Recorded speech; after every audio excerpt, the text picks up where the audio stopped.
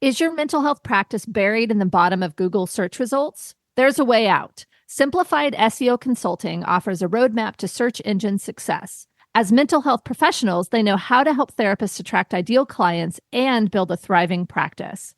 Go to simplifiedseoconsulting.com/modern therapist to learn more and unlock your SEO potential this summer. Considering a transition to private pay? Thrizer can help you transform out-of-network therapy to look and feel like an in-network experience for your clients. Your clients just pay co-insurance for sessions instead of waiting weeks for reimbursement. Thrizer covers the rest of your fees so you get paid in full upfront. Check out our special link, join.thrizer.com/modern therapist, and use the code Modern Therapists to activate $2,500 in free payments with Thrizer. You're listening to the Modern Therapist Survival Guide, where therapists live, breathe, and practice as human beings. To support you as a whole person and a therapist, here are your hosts, Curt and Katie Vernoy. Hey, Modern Therapists, we're so excited to offer the opportunity for one unit of continuing education for this podcast episode. Once you've listened to this episode, to get CE credit, you just need to go to moderntherapistcommunity.com, register for your free profile, purchase this course, pass the post test, and complete the evaluation.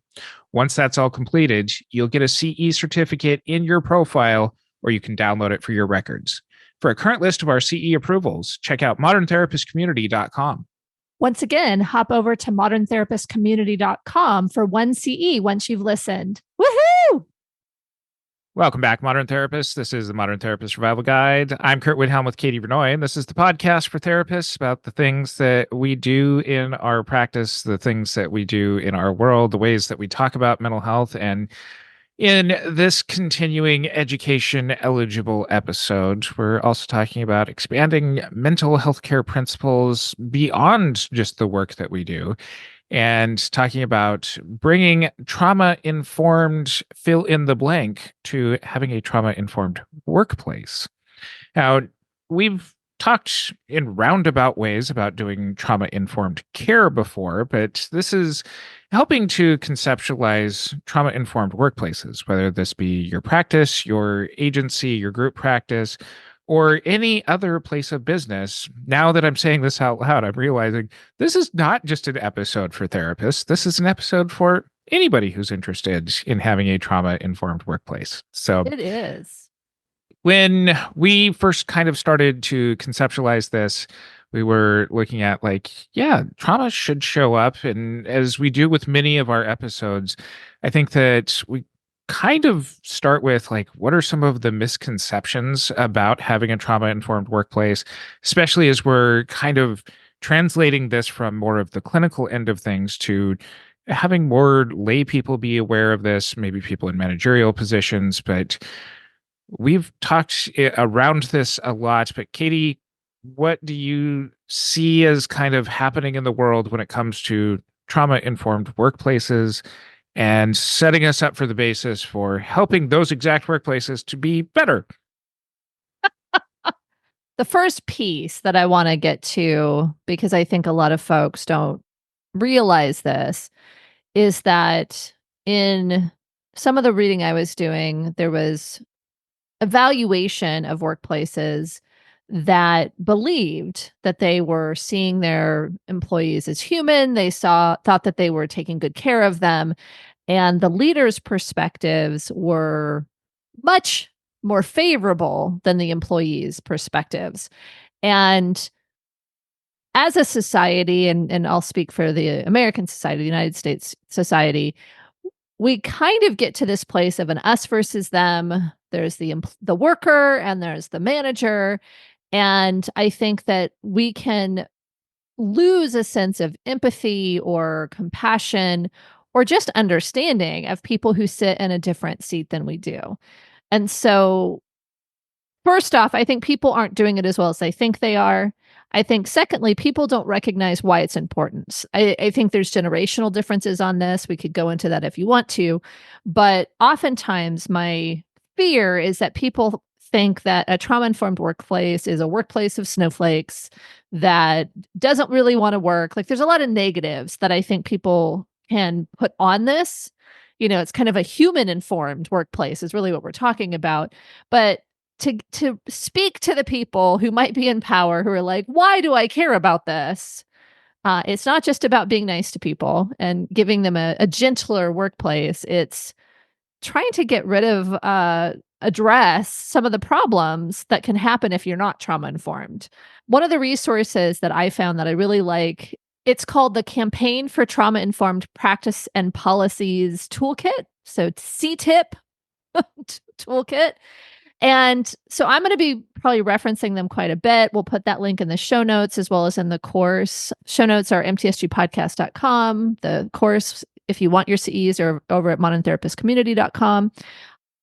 But the problems that this toolkit have identified are employee turnover. If you have a not trauma-informed workplace, employee turnover, absenteeism, presenteeism, which is something I'd heard, but I didn't quite understand. It's being there longer hours with lower impact and productivity.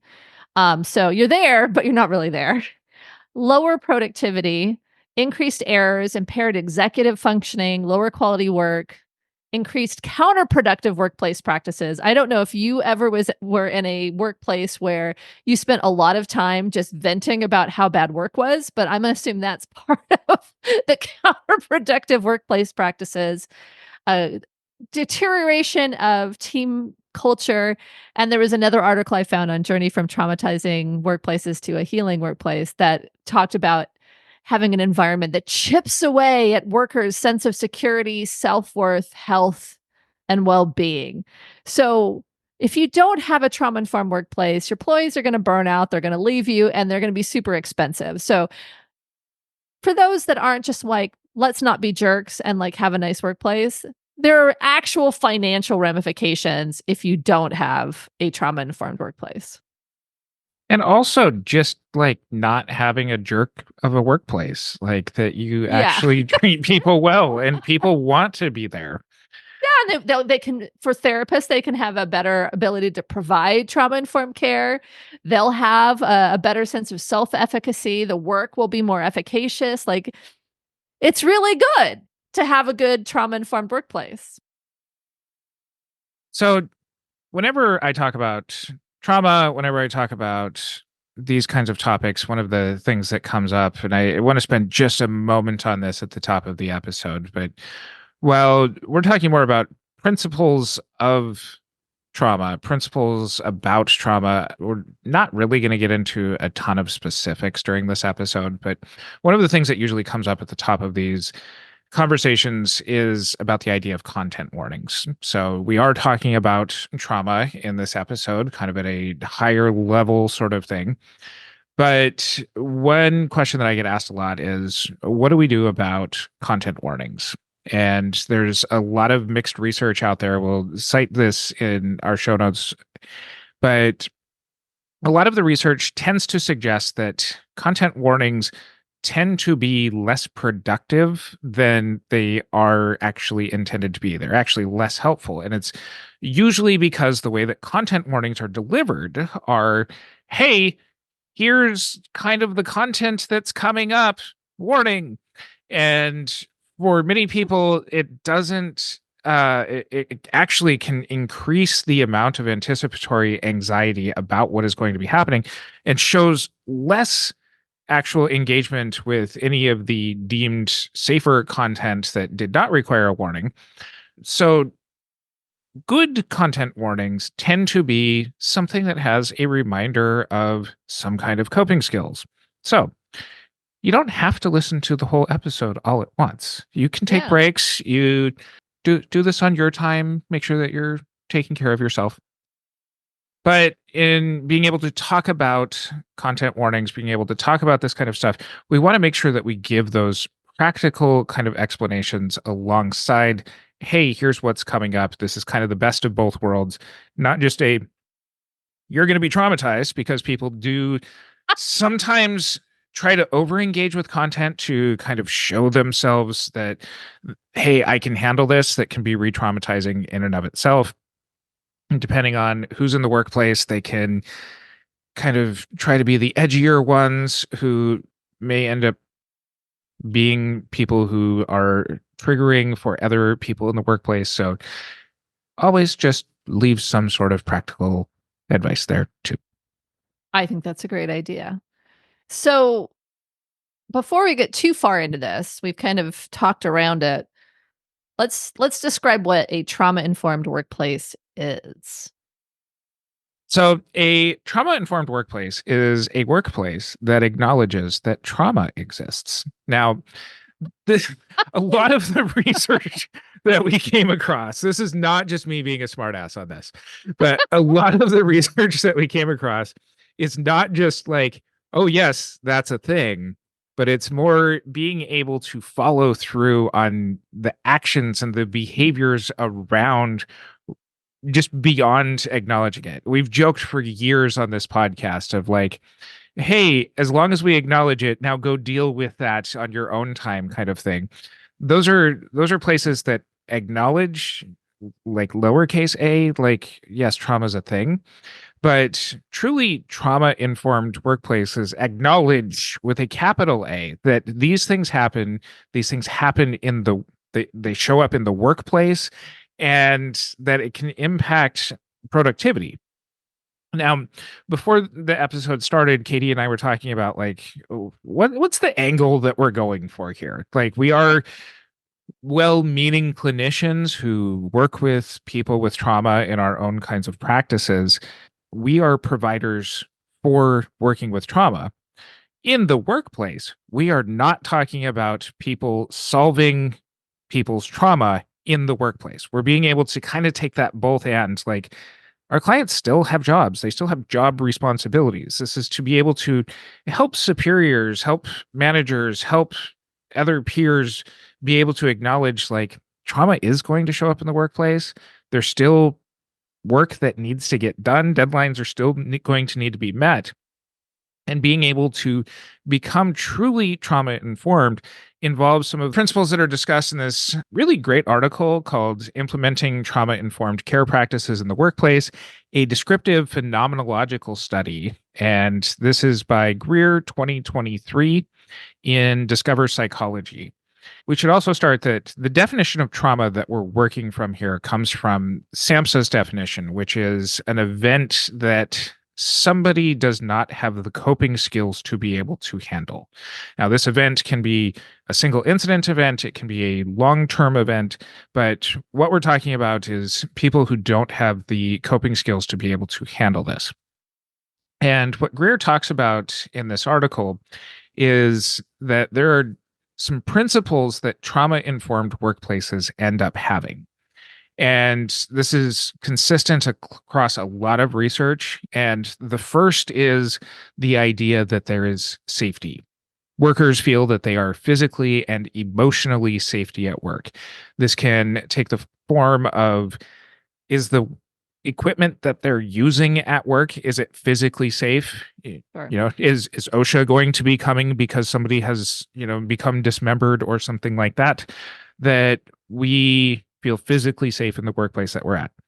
Emotional safety is also a lot of times coming up with the interactions that end up happening between either coworkers or workers and the public who may be receiving those services. And a lot of workplace environments don't acknowledge the potential for violence that can happen in this, whether it be verbal or emotional. We're both based in California. California, for most employment places here in 2024, have to go through like workplace violence prevention plans now.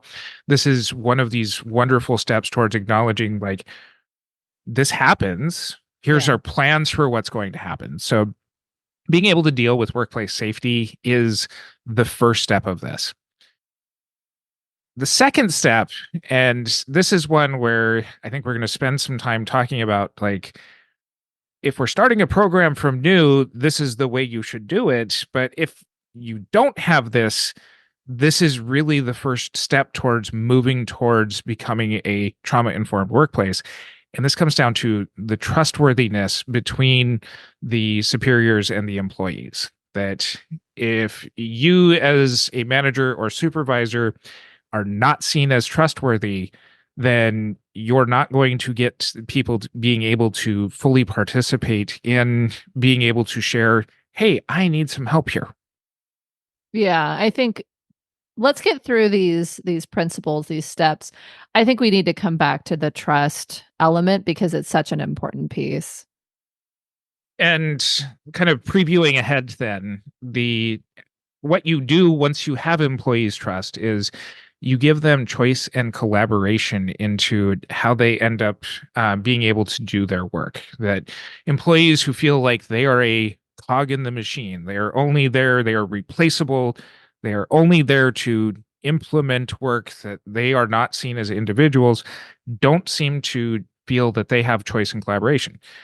And especially if we go back to kind of that, like, all right, there's going to be people with trauma in the workplace, and they're still expected to have some sort of output. One of the ways that this actually shows up is supervisors being able to sit down with their employees and being, I know you're going through a lot of stuff, and I know that this is starting to show up in your work. How do you propose that we're able to balance both of these needs? So it's not just dictating what your employees have to do, it's getting their involvement into this.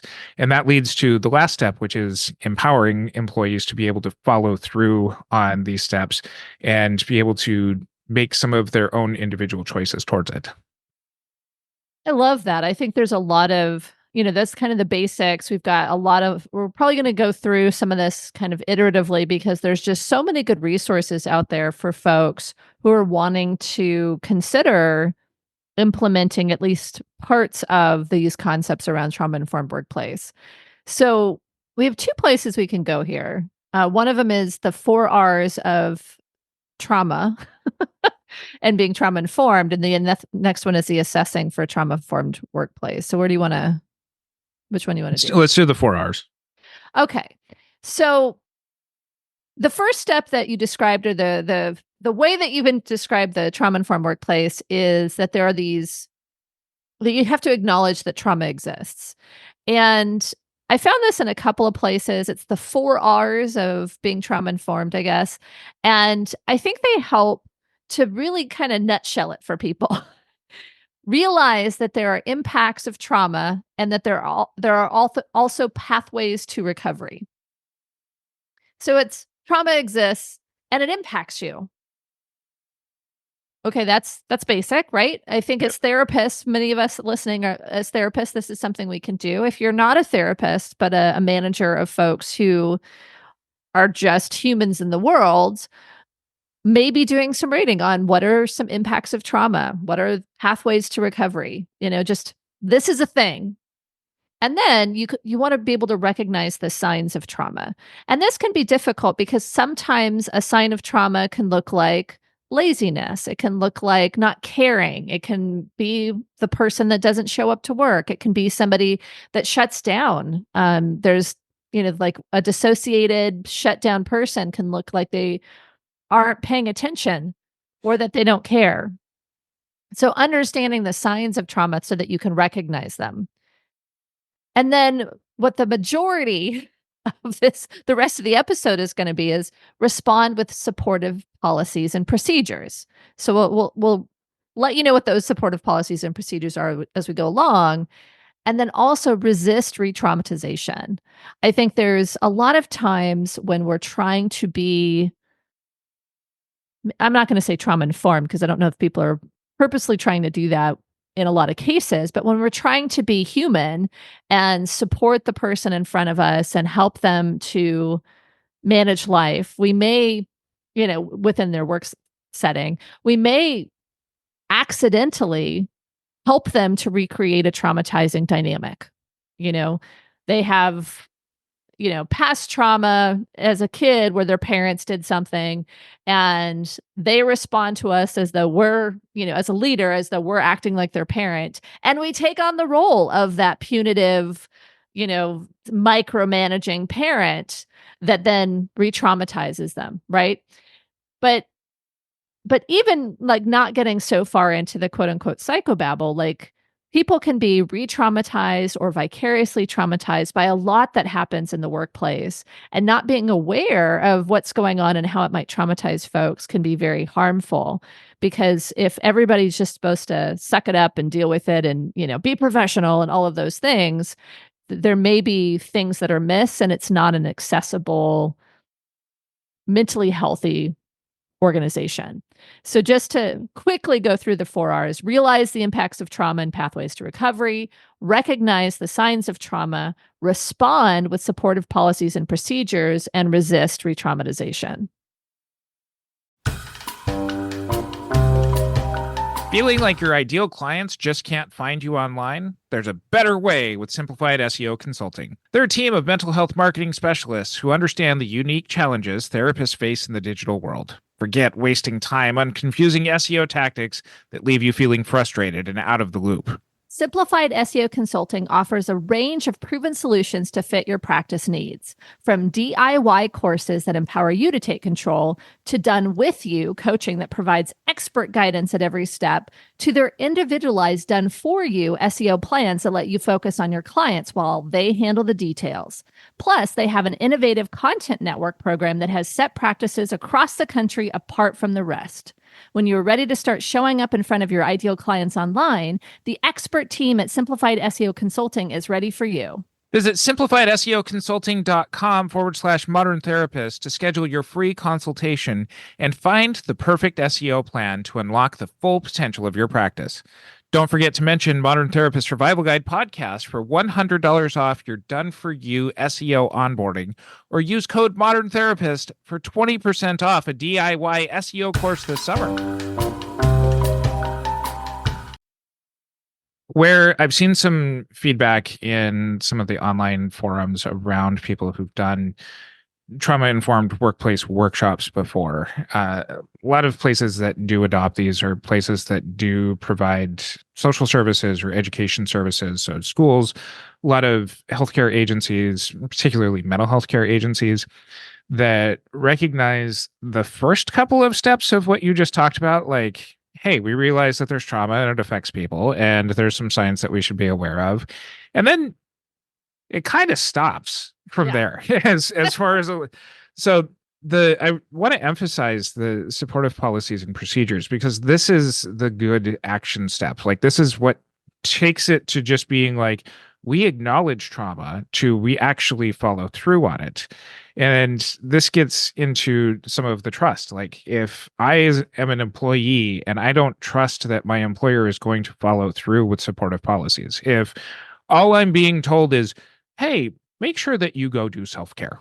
Like, there's not that, like, we take things seriously here. We allow you to have some of the flexibility to handle work in ways that make the most sense to you while still meeting our deadlines.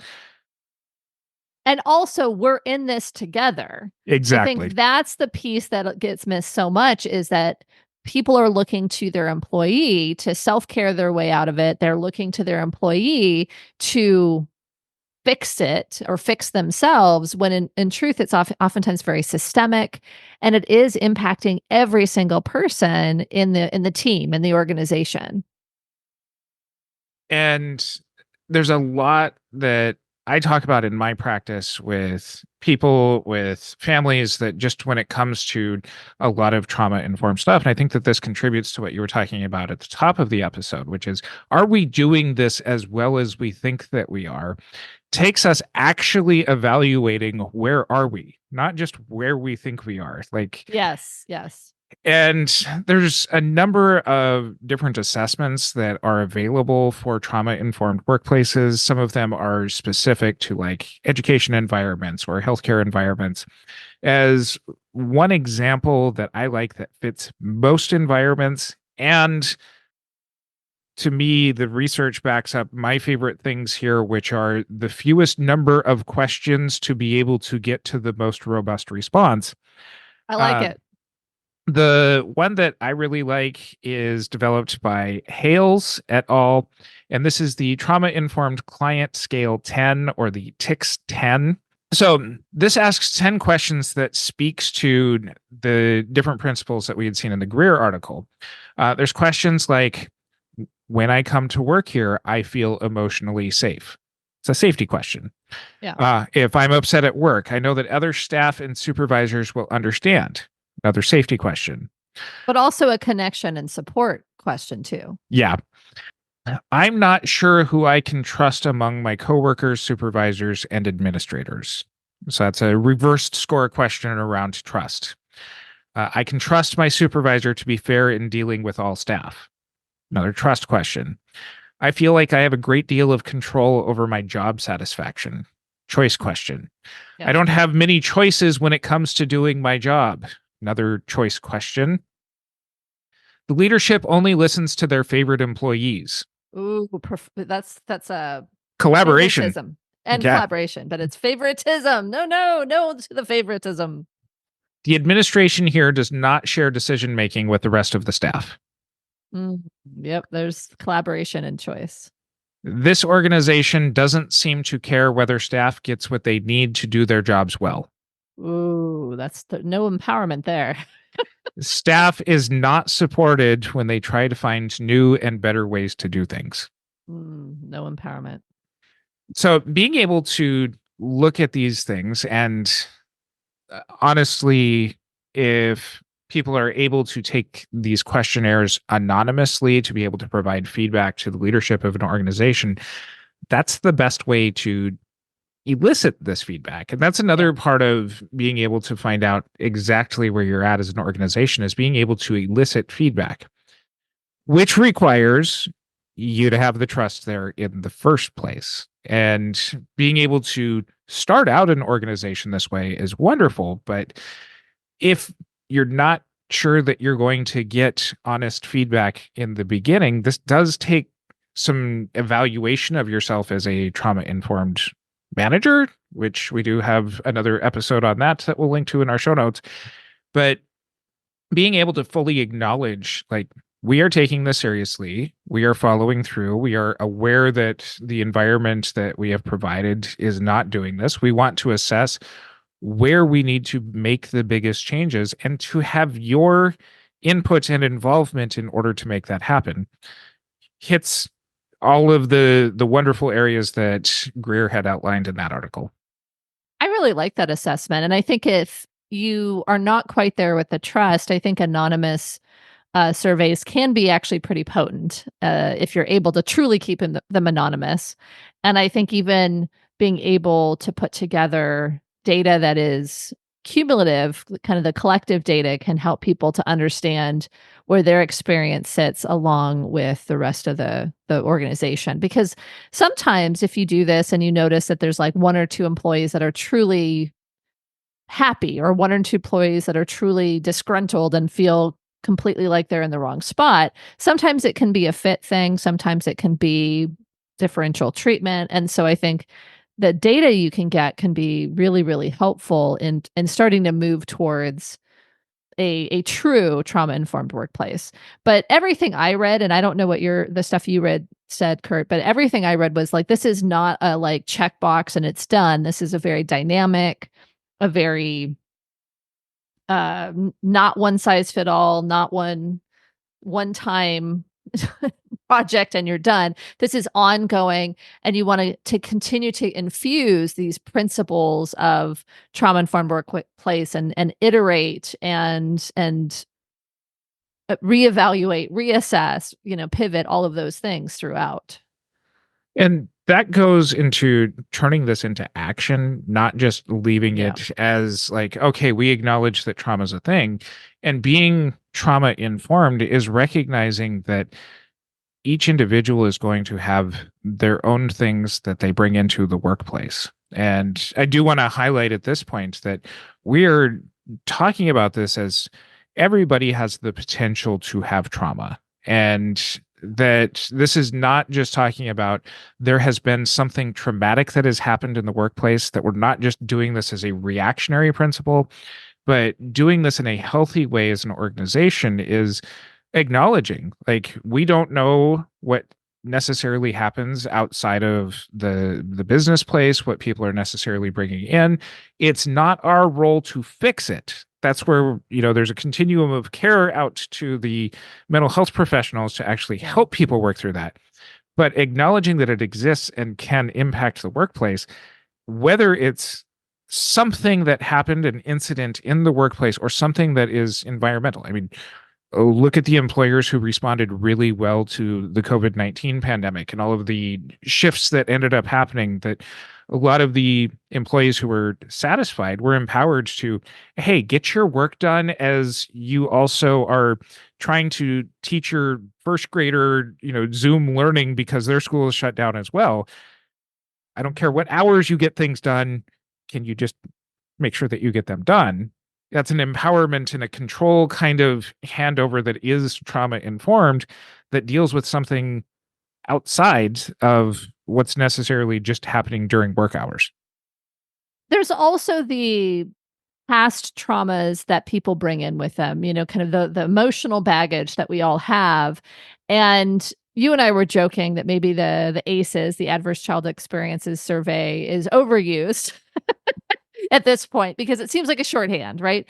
And those are truly just childhood experiences. Those are important, and I'm sure we can do a whole episode on the ACEs score.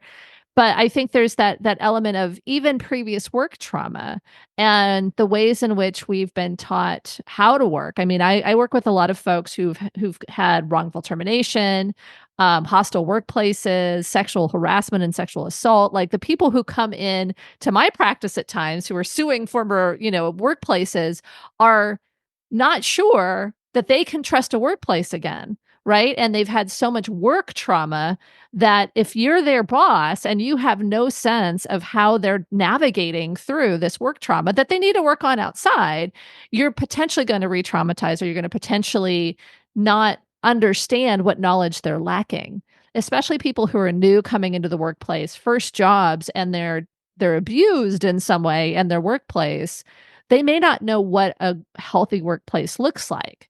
And so I think it's really important as someone who is managing another person, being able to see them as a human, understand where their gaps are, and through just being a decent human and having clear, transparent communication around expectations, around what work actually looks like, all of those things, and not making assumptions about what someone knows about what it means to be an employee or what someone knows to be, in a workplace, I think can be very helpful. So we have so many different toolkits and different things to talk about. I want to just hit on the primary principles of trauma-informed workplace that came from some of my research was, Surgeon General report, trauma-informed workplace fact sheet. Again, we're going to put all of these things in the show notes over at mtsgpodcast.com. But pretty similar. I'm saying we're iterative, but just want to kind of make sure we're hitting all the points.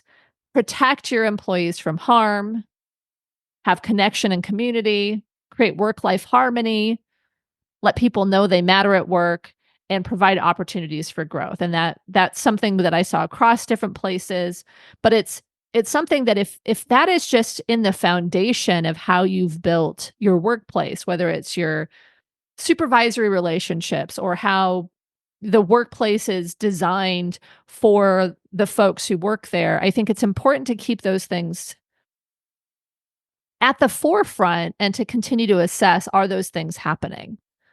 And so at this point, we have a lot to say about how to start creating it. This comes from the Campaign for Trauma-Informed Practices and Policies Toolkit. But obviously, Curt, keep jumping in because this is something that I think people can go and read themselves. It's lots of really good information with additional links to other articles and other resources. So I would definitely, if you're thinking about it, go to this Campaign for Trauma-Informed Practice and Policies Toolkit. But I think making sure that we're continuing to tie this back to the practical reality of what it means to do this work. Maybe going through this and giving some acknowledgments of how this might show up in some different kinds of workplaces. So, Sure. Leading with empathy, if you're listeners of this podcast, chances are you're a mental health provider. I know that we do have some other people who join us from other walks of life as well. So thank you for listening. But leading with empathy is a lot of times just acknowledging the nature of the work that's being done.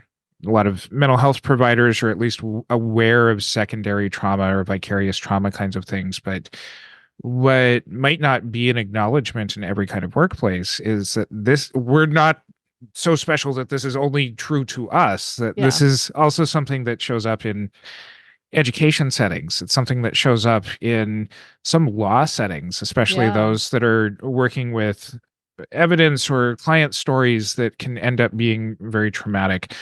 First responders. This is not an exhaustive list if I haven't mentioned your particular line of work. I acknowledge that it's not exhaustive, but in these kinds of environments, it's being able to check in with the people who are working in, being able to provide kind of some extra coping skills. One of the examples that I've employed with my team is we work with a lot of suicidal clients in our practice. And especially when there's a lot of ongoing assessment in working with clients, I'm making sure that I check in with my team as it's going on. Hey, how are you doing through this? What are we doing? What are you doing tonight to be able to kind of leave this behind? Do I need to go to my extra terrible dad jokes just to provide like a distraction for you here? Because sometimes what works for me is just like embracing really stupid things, but it helps me to kind of leave one part of my day behind and move on to the next. That helps to foster like, hey, there's a humanity that goes along with this. Here's some coping skills. Let's get to thinking about how we're going to cope together. You're not just left on your own to go and do air quotes self-care, so that way you can show up the next day. I think to add to that, there's this, we talk about this in structuring self-care, potentially even a few of the, kind of the burnout machine, those types of episodes. But being able to model even self-empathy and compassion, acknowledging your shared humanity. One of the things that was in this toolkit, because it's for non-therapists, is talking about leaders who aren't stoic and rigid and hiding their own humanity. And I think of a really good example of when you moved beyond that for yourself and with your team, in the school shooter episode, where you had to talk through, like, how did you get the support you needed as the leader in your team? I mean, it was also as a clinician, but I think there's this element of recognizing I am a person, I'm imperfect, I'm approachable. I'm having my own reactions to what's happening in the world. I'm having my own reactions to what's happening on our team in the workplace. And so leading with empathy is actually being a whole person as a leader. And we do have other episodes about that. So I think we've covered that well. The next thing in this toolkit is support holistic well-being and mental health. Now we have a whole episode on employee wellness programs and whether or not they work.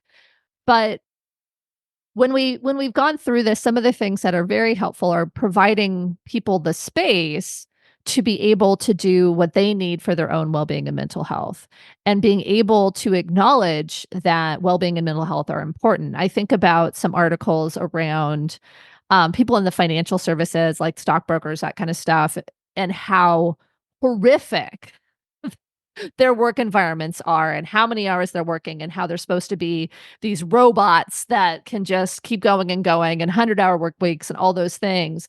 And I think the more environments that have that as an expectation, and that can happen in hospital settings, it can happen in some even mental health settings where caseloads are enormous.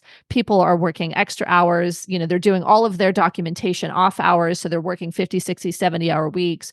Like, if you're not setting guardrails around your workplace to recognize well-being and mental health, it doesn't matter if you have like a yoga class on a Wednesday morning. Like, so yes, support holistic well-being and mental health, but don't do it as a checkbox of employee wellness programs.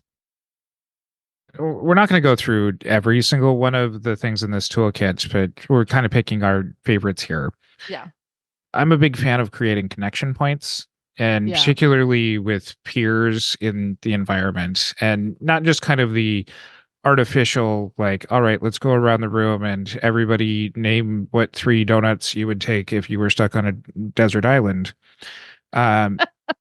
But meaningful, pure connection kinds of things, being able to have like dedicated time during the work week to engage with peers, whether it be working on projects, but even just having time where it's all right, let's be able to sit down, be able to have some dedicated work time to just fostering the peer relationships, because especially when we're spending most of our waking hours with the people around us, having some of that connection ends up being able to foster, hey, you're wanted in the workplace. Hey, you have people who care for you here. You and matter. and for a lot of business owners, it's acknowledging that the subculture of the workers is going to exist whether you put effort towards it or not. And the more that you can guide, like, here is meaningful connection that happens at work, the better that you're able to kind of have an influence on it, rather than it being kind of this us versus them of like managers versus employees kinds of situations. Yeah, and I agree. I don't think we have time to go through all of the practices and policies on this toolkit. So definitely go to the show notes to figure out where it is so you can look at all of them. But I want to just comment on another one that we had just skipped past is, anchoring your culture and shared values, leading to connection, meaning, and purpose. I think, I've referenced Simon Sinek's Start With Why. I've talked about mission, vision, and values a lot. And I think if you don't get to a place where your team has a connection to that there aren't shared values, I think that it's too easy to be misaligned, and it's too easy for workplaces to get to more of a cog in the machine type mentality versus we're coming together to do this thing that's for this purpose. And so to me, that's more of a kind of high level philosophical one, but I think it's important just to acknowledge that. If I'm looking at my most favorite ones, I think that looking at providing more choice, flexibility, and autonomy, that's a practical one. And this is one that I think employers oftentimes push back on, whether it's from realistic limitations, like I don't have the ability to provide more paid time off, or I don't have the ability to pay someone more. Our grants have this much money to them, or insurance pays that much money to us, or whatever it is. But the more you're able to put that into a place and potentially even, building collaboration on, this is what we have, how do we get more of what we want from it? And actually asking your employees to weigh in on it can be helpful if it's really something where you can't kind of put together this ideal, package of workplace autonomy. But I think it's something where sometimes the practical things just have to be taken into account. And the reason I say that is, in direct opposition to what I just said, sometimes especially nonprofits will get so tied to the mission and the vision and the purpose, and will almost equate being a good employee to being a self-sacrificial employee. And they won't recognize, like, hey, just because you're able to live on this salary or you're able to sacrifice in this way doesn't mean that an employee who's not able or willing to do it isn't motivated and dedicated to the mission. And so I think that there can be these opposition points if we don't recognize, hey, let's align on mission, but let's also take care of people practically and give them autonomy, flexibility, and choice. If you've been considering switching to private pay and are unsure how to attract and retain clients, Thrizer can be your best resource. How? Thrizer actually helps you transform out-of-network therapy to look and feel like an in-network experience for clients with out-of-network benefits. First, Thrizer can help clients instantly verify their out-of-network benefits, providing them complete transparency on the cost of therapy ahead of their first session. Then, just by charging your clients via Thrizer's payment platform, you can automatically submit claims for them, offload all the insurance stress onto Thrizer, and even let your clients just pay their coinsurance for sessions, similar to in-network copays, to help them afford therapy upfront and skip the long reimbursement wait. Thrizer covers the rest of your fees, so you get paid in full upfront and waits for reimbursement on your client's behalf.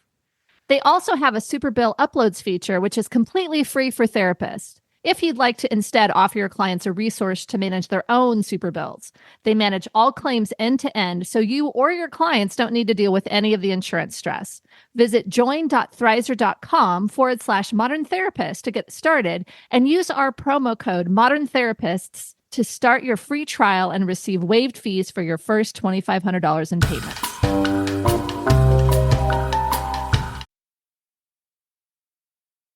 We've talked a couple of times in this episode about if you're starting an organization, it's great to start with this information.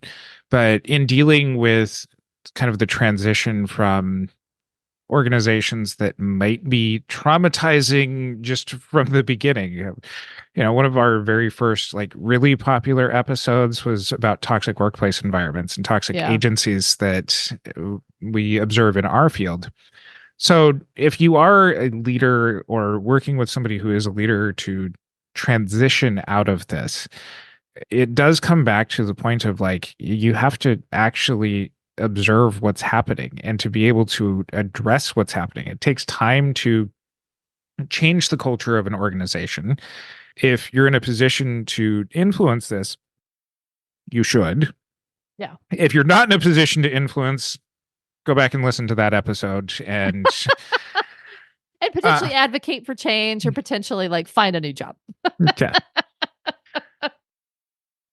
But I think that a lot of times if your first step is moving back to that Greer article about establishing trust for the first time, that does come with this idea of creating space for reflection.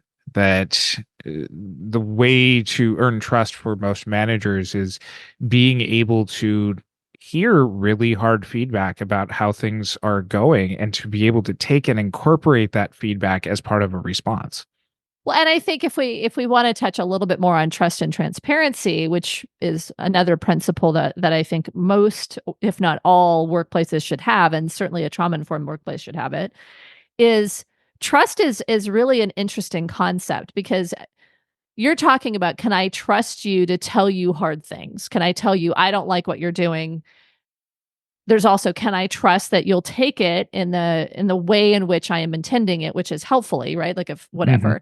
And then do I trust you're going to do something about it? And so often trust is broken over small things. I say I'm going to do something, then I don't do it. I say I'm going to respond to this thing, and then I don't. I listen to you. I take the feedback. I take it in. It's wonderful. I'm yes, this is what's going to happen. We're going to make all these changes. And then 6 months later, nothing is different. You've missed the boat, right? And so building trust is really, if I say I'm going to do something, I do it. I follow through. If you do what I say that I'm going to be okay with, I actually respond and I'm okay with it. There's also transparency, which is you can grit your teeth and be like, great, thank you for the feedback, and and not be very excited about it. And so I think some of that transparency can go to being empathic and saying, hey, I'm an empathic, compassionate leader. I hear this feedback. I'm going to be honest. I'm having a hard time taking it in. I want to make sure I'm understanding you. And then I got to sit on it. I got to reflect on this individually so I can come back and have a helpful conversation with you. Right. And what you're describing is modeling a sense of accountability. And that does start with leadership. That if you're expecting employees to be accountable for leading these conversations, you need to be accountable for hearing the conversations. If you're expecting employees to be accountable for taking care of themselves, you also have to set that tone of being accountable for creating the space for that to happen. Yeah. And in doing so, you have to do it in a compassionate way. And for yourself and for others, though, because I think some people will, and maybe I'm just speaking for myself, but like I'll go to a super compassionate for my employees and then go home and beat myself up. And so that goes back to the shared humanity and being like, we're all people. We're trying to do the best that we can. And how do we do this better? I think that becomes much more important than just letting your employees know, I feel your pain. So before we go on to kind of a little bit more into the challenges of what's going to happen with some of these conversations because of human differences, I want to say one more word about transparency. In order to build an environment of trust, compassionate, accountability, all of these things, there are going to be times when you have to share things about how your business is running, how the organization is running. Obviously, you want to be aware of boundaries, but I think it's important to give as much information as is relevant and helpful to your employees as possible. There are so many times when I've seen people who are very close to the vest, very, we're going to only give, need to know, those types of things. And there are environments that require that. So I don't want to say that this is a one size fit all. But if you have limitations, rather than trying to create some other reason why somebody should follow along with the mission, even without the pay or whatever it is, talk about those limitations, talk about capacity, be very transparent in what is happening. Coming and saying like, hey, we're going to have a conversation and we're going to take in feedback and we're going to try to do better. Not a bad conversation, but saying, hey, we're recognizing that we've done these things. There are these wrongs that we've seen and have had reported back to us. And we're going to, in a transparent way, try to transition into a trauma-informed workplace, I think is much stronger than trying to talk around it or try to minimize past wrongs because you're worried about liability. I think transparency is critical for trust. And I think especially when we talk about folks who come from different backgrounds, people who speak in different ways. And I think those conversations can be so challenging because if people are in different generations or use different words to describe the same things, and there's not an assumption of good intention, then it's hard to start somewhere. You do need to address impact over intent. Like, somebody's impact of what they say is relevant, but intent is also relevant. And if you're trying to work together as a team, being able to get to better impact and get to repair, I think it becomes this place of collaboration. This isn't easy. And I don't know, as I'm sitting here saying it, I understand that this is a real hot button topic because people need to be accountable for how they say things. And I think if there's not room for learning and feedback and an assumption that the intent is good, but there's a lot of knowledge that needs to be gained in whatever the conversation is, I think that there's not a place to start. It's too much of you're different than me. You're saying it the wrong way. Your language is violent and harmful to me. If that's where we start the assumption, then there's no open communication. But if I say, hey, you said that wrong, ouch, that hurt, I want to start with the assumption that your intent is good, do as much education as I have the spoons for to determine like, hey, this is how I would like you to talk to me, and then come back to it. I think that that's something that I think is a challenging but potentially meaningful effort. And maybe it's a challenging thing that's difficult to do, but it is really important to be able to do that and celebrate diversity and make sure that you're integrating perspectives from all the folks in the room. This is really hard. I don't see this as being something that's like, hey, let's just do this. And if everybody just kind of gives everybody else a break, we'll be fine. I think that there's a lot of harms that intent and impact are aligned. And, but if you start from a place of we're a team and go from there, some of those things that are repairable can be repaired. The part that I'm pausing on is I'm imagining somebody who uses the word snowflake a lot in their language, hearing what you just said. Well, I'm also hearing the person that has had a lot of microaggressions and has had to do a lot of repair or a lot of education and deal with really clumsy repair. I mean, this is permission for the person that uses Snowflake to be like, "Yeah, just listen to my intent," and somebody that's going to from the other side saying like, "You're making me do all of this emotional labor to correct microaggressions." Like, this is too hard to actually say in a simple little soundbite. So I recognize the intent of this episode is not necessarily just down the path of diversity, equity, inclusion. That is important, and that is something that comes up in these conversations, but it's adjacent to the conversation that we're having here. So we'll link to some other episodes in our show notes about getting to some of this stuff that Katie's referring to here. But the point that I want to emphasize here is that this is not one-time conversations that resolve it. And that's part of the difficulty of not only this, but all of what we're talking about is that these are repeated conversations that, as part of being trauma informed, is not just like, okay, that was an impact over intent conversation and it's been resolved, but that in order to continue to foster this, we need to continue to have either staff conversations or trainings or reminders about this in regular communication with everybody. And the way that this article talked about it is what is learned here leaves here. So we actually take the learnings and we bring it back into the regular workspace.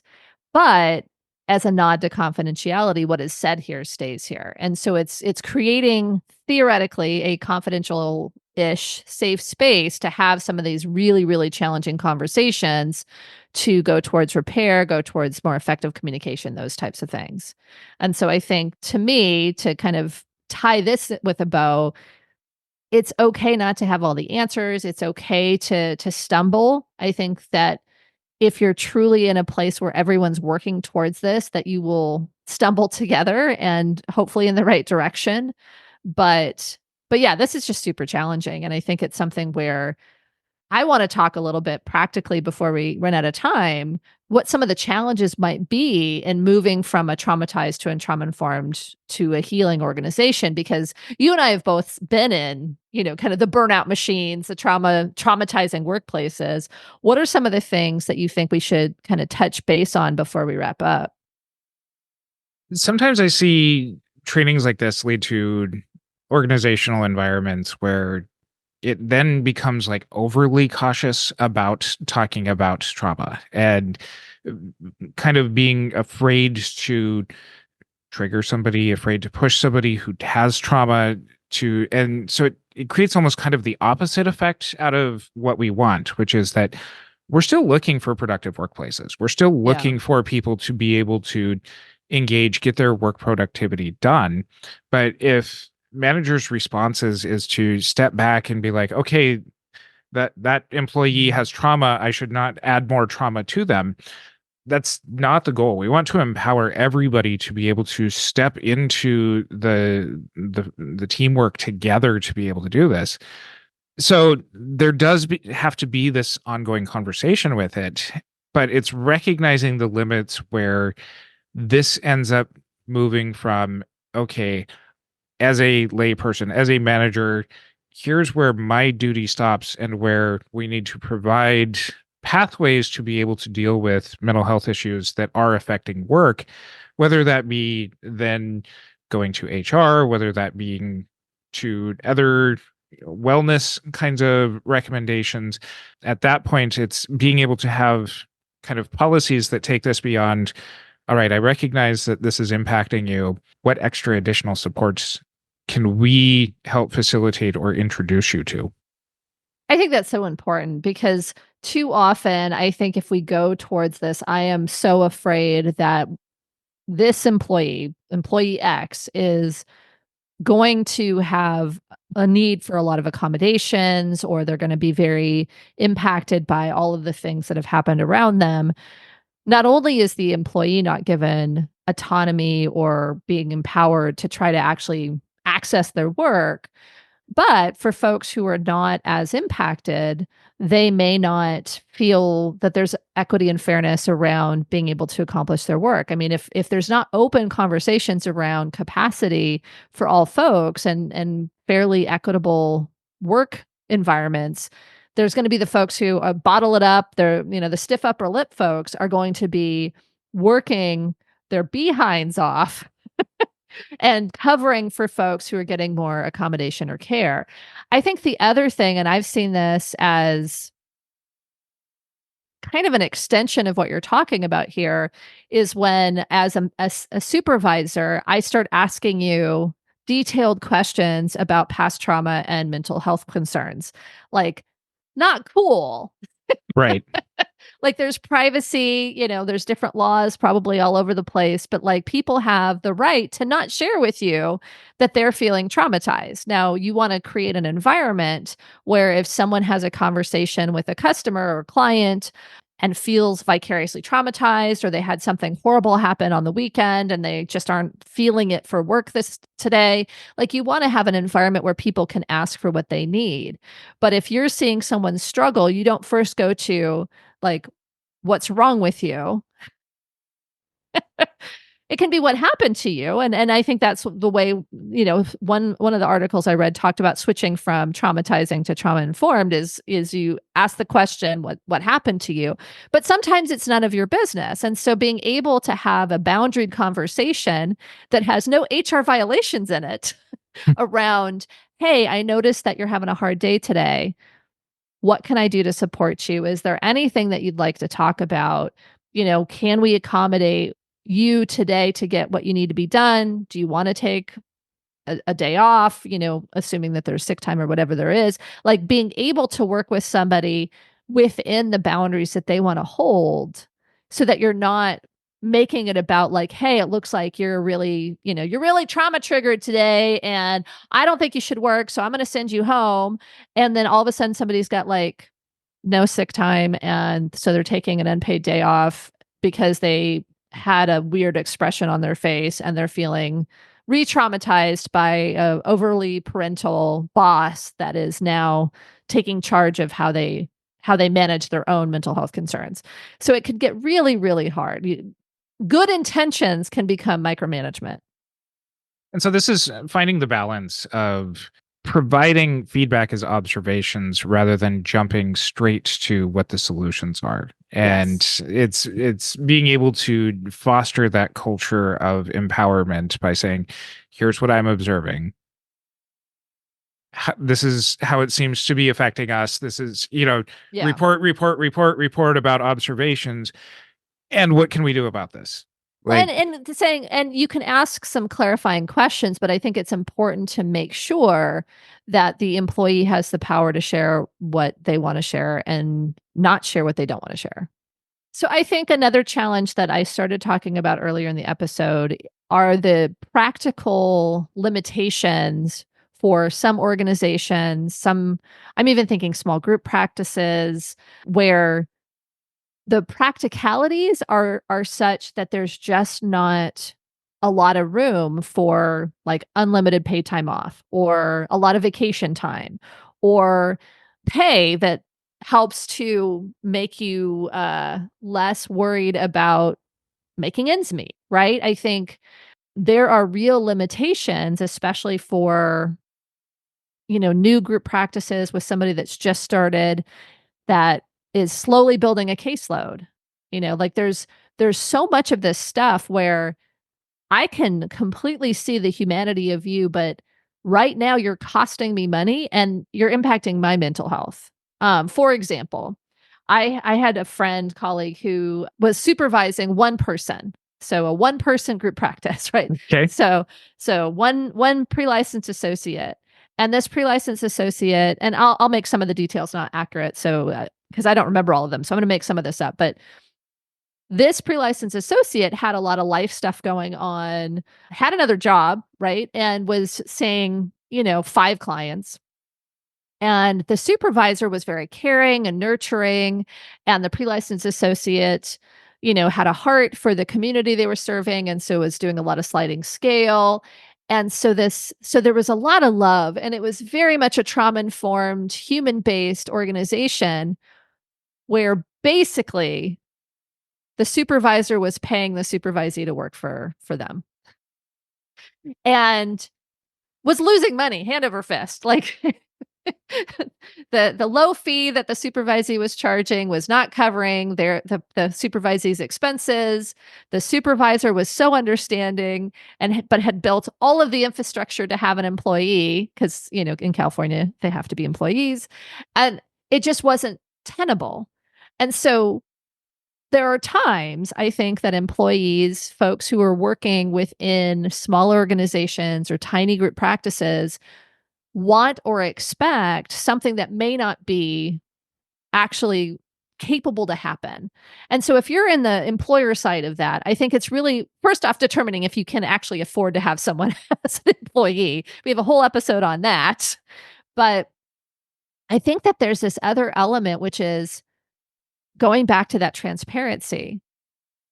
This is what that looks like. This is, and maybe you don't go completely behind the scenes of here's how much money the practice is bringing in, but you can go to the point of, based on what the practice is bringing in, I can only pay you this amount. And if that's not going to work for you because of your own needs, I get that. There is no hard feelings, but that's a limit I'm going to have to set, because I can't do something that aligns with these practicalities or these other things that I don't have the capacity for. As we're talking about this, and you mentioned earlier in the episode about like generational differences, Yeah. it's being able to, this also sparks being able to deliver the information in a way that's appropriate to where somebody is at in the organization, what they need to know without overburdening them, without presenting it at too high of a level, and being able to, again, elicit the feedback to be able to encourage people to advocate for more. If an employee is like, hey, I'm, feeling like you're talking down to me in this, I can handle kind of a higher level conversation about Sure. this, and it's appropriate to their job title, then by all means do it. Yeah. But also, this is, working with all kinds of environments that, if you're not just talking about, professional agencies of people with master's degrees and above, but just broader workplace kinds of environments, that some employment places might have like teenagers as employees, and they're going to have that much differently than people who've sat through hours and hours of continuing education about trauma-informed principles. And so I think if you don't have the capacity to create your perfect work environment yet, having some transparency can be good, but I think also focusing on what's working and what you do well, and provide more of that, whether it's more emotional support, more humanity within the workplace, if it's providing time if you don't have money, right? Or explaining what your capacity is and making sure you're hiring people who are aligned to what you have to offer, and not hiring people who don't, right? And we have a whole I think a whole series on hiring and getting employed and all that stuff. So we'll link to a lot of this stuff in the show notes, because we've talked about this in a lot of different ways. But to me, the biggest challenge, if it becomes an us versus them, whatever that looks like, I'm hiring these supervisees and they're so entitled and they don't understand, or I have this boss and they have a nice car and they're not even willing to pay me very well, and it's not seen as, here is a goal that we have together of how we're going to work, a shared mission, and here's what the capacities are, or whether it's let's work together to determine what we're going to do about that, or hey, potential employee, here's what I have to offer. Maybe take it or leave it, but like in a nice way, take it or leave it, and being able to move that forward is so much stronger than overpromising, under-delivering, or showing up in a way that's harmful to the people who you're trying to hire. You can find our show notes over at mtsgpodcast.com. Follow us on our social media. Join our Facebook group, the Modern Therapist Group, to continue on with this conversation. And listen at the beginning and the end of the episode for how you can get CEs if you desire. And until next time, I'm Curt Whithelm with Katie Vernoy. Feeling stuck with SEO for your therapy practice? There's hope. Head to simplifiedseoconsulting.com/modern therapist and unlock your website's SEO potential with Simplified SEO Consulting. Use code Modern Therapist for a discount and mention the Modern Therapist Survival Guide podcast for a special offer on Done For You SEO this summer. Let's build your dream practice together. Charge your full rate with confidence with Thrizer. Thrizer takes care of 100% of the insurance stress and helps your clients skip the long reimbursement wait, giving you a powerful tool to attract and retain out-of-network clients with ease. Check out our special link, join.thrizer.com/modern therapist, and use the code Modern Therapists to activate $2,500 in free payments with Thrizer. Just a quick reminder, if you'd like 1 unit of continuing education for listening to this episode, go to moderntherapistcommunity.com. Purchase this course and pass the post-test. A CE certificate will appear in your profile once you've successfully completed the steps. Once again, that's moderntherapistcommunity.com. Thank you for listening to the Modern Therapist Survival Guide. Learn more about who we are and what we do at mtsgpodcast.com. You can also join us on Facebook and Twitter. And please don't forget to subscribe so you don't miss any of our episodes.